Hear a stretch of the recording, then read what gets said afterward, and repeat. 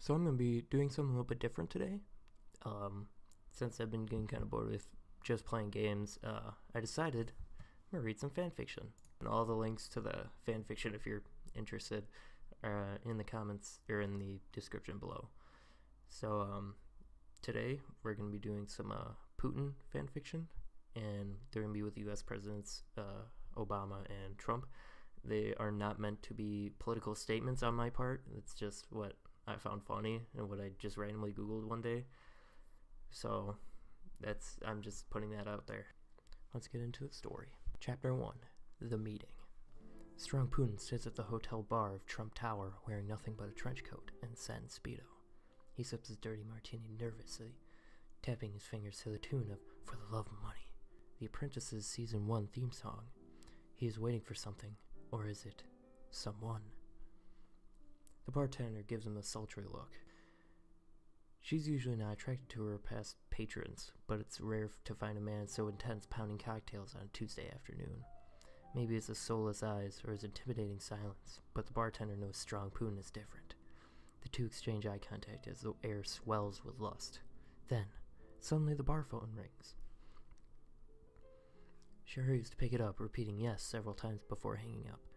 A man named John Miller, not to be confused with Donald J. Trump, is ready for you, she reports to Strong Putin. The mysterious stranger downs his dirty martini and leaves 7 ruble on the bar. That's not how much alcohol costs, the bartender calls, but Strong Putin is long gone. That is, if he ever really was there. Strong Putin briskly walks up all 34 flights of the hotel stairs, his heart beating like a war drum and his mouth dried from expectation. He gets to the penthouse suite. A racist butler guards the door. We meet again, Strong Putin, said the racist butler. Shah, said Putin.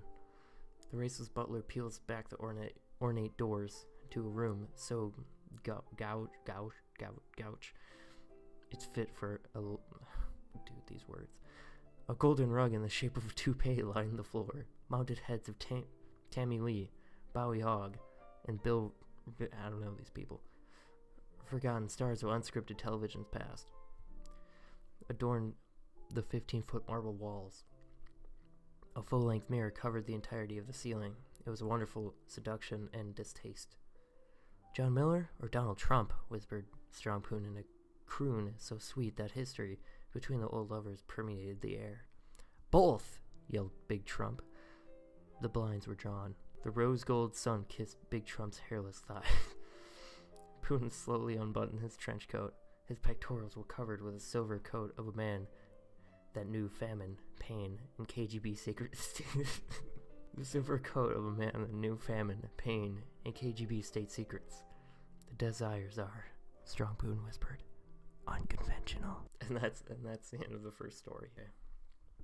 This one's still about Trump and Putin. Trump and Putin dabble in plastic pleasure. I think I'd like to invade Russia tonight. My force is going to be so big. It's going to be huge. It's actually huge, but tell me more, my sweet American dictator. Putin moaned as Donald Trump nuzzled his grizzled Russian neck. I've got the EPA locked up all uptight. None of their pro-climate whatchamagoo is getting out now. I think we should celebrate with a little plastic pleasure. A little, you say? Putin teased, the orange-toned, flippy sex monster. As small as a loan $1 million. Oh, Donnie, you spoil me. Putin tipped his head back, barring his jugular to Trump's dexterous tongue. After so many years spewing bullshit, it was skilled in its crafty arts. Donald's stubby hands cupped his Russian's counterpart's firm ass through his bare-hide pants, kneading the tender flesh. I had this made from remnants of America's national parks. Donald drew a plastic dildo out of his pants. It was a big, flat, and flashy orange, mirroring the jack-o'-lantern hue that Trump's stylist modeled his look after. The bottom edge was encrusted with large diamonds. It was ribbed along the side with the infamous Trump logo. Would you like to experience some freedom tonight? We can make sex toys great again, Donald whispered lavishly, licking and kissing his way down Putin's chiseled abs. Putin trailed his fingers through Donald's 3 remaining locks of hair in ecstasy. Donald, I want you more than I ever wanted Ukraine. Trump looked up at Putin. I'm gonna grab that pussy. Okay, here's the last one. Obama dialed the number from his memory, his fingers moving without thought. After all, he had called it every day for the past 4 years straight. As the dial tone rang, he waited with bated breath. It was silly, of course. He did so every time despite the same results. Yet, he could never get over the butterflies in his stomach. Hello? The thick Russian droned. Vlad? Obama whispered. It's me. I know, he chuckled. Who else would be as hushed as a naughty child? Obama tried to reciprocate his laugh, but it fell flat. It was always sounded that way when he spoke to him. Yeah, you're right, he paused. How have you been? Fantastic, responded. And you? Obama glanced at the door. Then he peeked out the window just to make sure no one was recording him. First of all, they record nearly every single phone conversation you have, I'm just saying. He had to be vigilant at all times.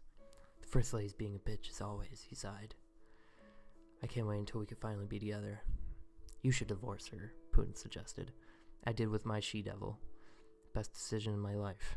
Obama shook his head. He cursed himself when he remembered that he couldn't see him. It's not that easy. The Republicans are already up my ass about every little thing. The last thing I need is a divorce scandal. I'd like to be up your ass. Vlad! He gasped. Be serious. If I lose my beard, then it's the only matter of time until they find out about us. Sorry, Putin chuckled once again. Might not show that you hate the gays. That's what I did, and no one suspects a thing for me. Obama rolled his eyes. Right, and have another Sochi incident? I may be in my second term, but the last thing I want to be a number one enemy of the ever-growing liberal population. Then what do you want me to do? Something has to change, Putin said, his voice with a facade of joviality. Underneath, an edge of criticism hid. Obama bit his lip, prepared for the worst. He had thought for months, but he was too afraid to ever say it. But he'd figured it was now or never. Move to America with me. I've been working my ass off to allow gay marriage. You could come here and we could live happily together, just the two of us. Maybe we can even go to Hawaii. It's nice all year and no one would bother us. Putin said nothing. Only his light breathing gave away indication he was still on the phone. Obama could hear his heartbeat in his chest, blood rushing in his ears of cadence of anxiety. It could never work, he said. You know that. Obama winced. His tone was as harsh as he expected. You never know until you try, he suggested, hopeful to persuade him. Something has to change, right? I have to go, Putin stammered. Was he crying? There are such things that need to be done today. There are much things that need to be done today. Yes, I understand. Silence reigned over the conversation once again.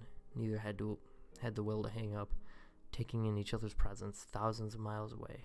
Even without words, they told each other so much by just existing. And as Obama almost hung up, Putin said one last thing. When we met, do you remember it? Obama smiled, a wave of nostalgia washing over him. Of course, it was the summer of 2009. We met under your dacha. You were wearing a nice suit that complemented your blue eyes. Even back then, I felt a spark, but I had no idea my wildest dreams would come true. He paused. I love you, Vlad.